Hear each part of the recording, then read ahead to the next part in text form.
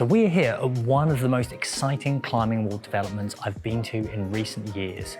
We're at Parthian Wandsworth in London, a wall that's been probably a little over 10 years in the making, with Parthian Climbing trying to find a suitable site, and they hadn't until now.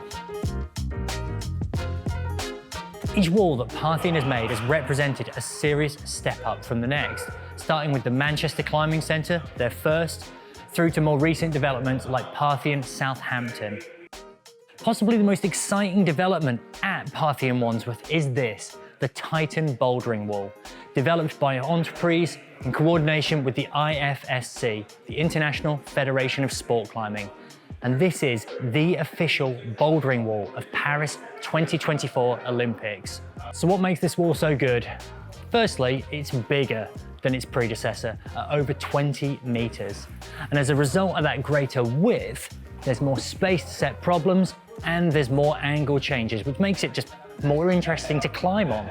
And what could be more interesting than pitting yourself against the very same wall that the best in the world are climbing on?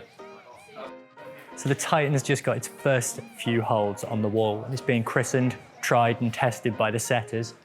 John Dunn, the owner, looks simultaneously happy that the wall's finally got some problems set on it, and simultaneously disappointed that it's been sullied. It's no longer perfect. Anyway, we've been hanging around drinking tea and coffee for way too long, so let's give it a go. Oh no. You can't go quickly. Come on, Tim. You're doing incredibly well. Thanks, mate. That's lovely. But if you could fall off a red... What What just happened there? Right, back down. Tim Hill, get back down now. This whole thing's escalated, Robbie. First of all, you're in London at a climbing wall, which is like a big thing. And secondly, we've ended up on the new Olympic Paris comp wall, climbing comp problems.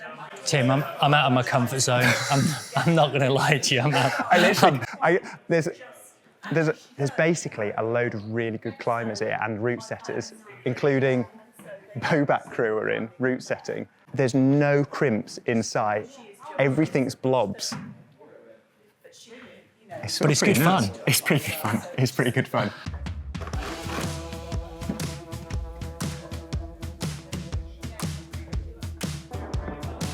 Thanks, mate. I quite like this service. This is like a bespoke problem-building service for us. Do you think this will happen every time we go to the climbing wall now, Rob? Basically, Tom's just setting on demand. Yeah, it's amazing. Tom, set us something easy that's preferably balancy and doesn't involve too much strain. He's like a climbing walls version of Siri.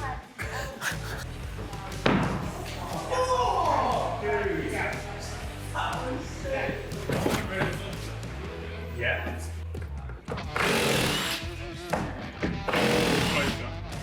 Like you'll so yeah, I'll put out first. That's it, over top.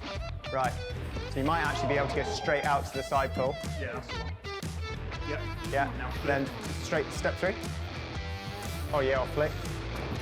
Oh, you iffy. This is uncharted terrain.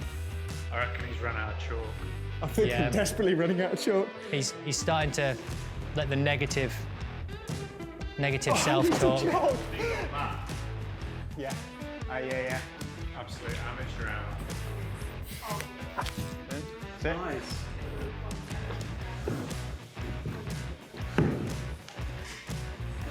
Ooh. Yeah, that's more logical.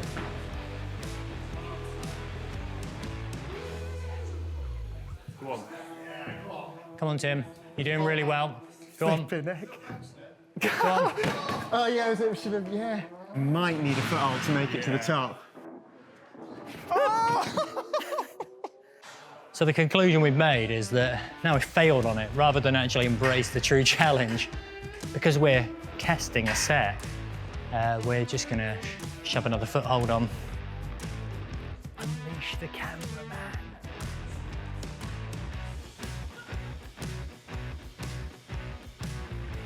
Go on, Nick.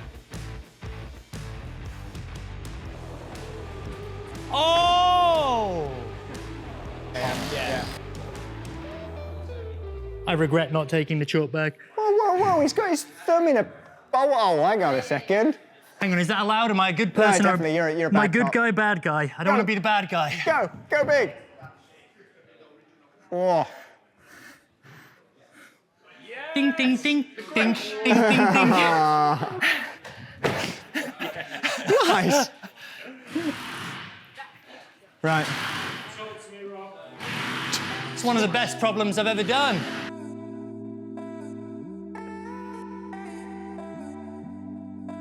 I think what's special about this site is there's obviously a lot of walls north of the river in London and not so many walls in the south. And we'd already looked at Wandsworth some time ago and thought it was a really great opportunity.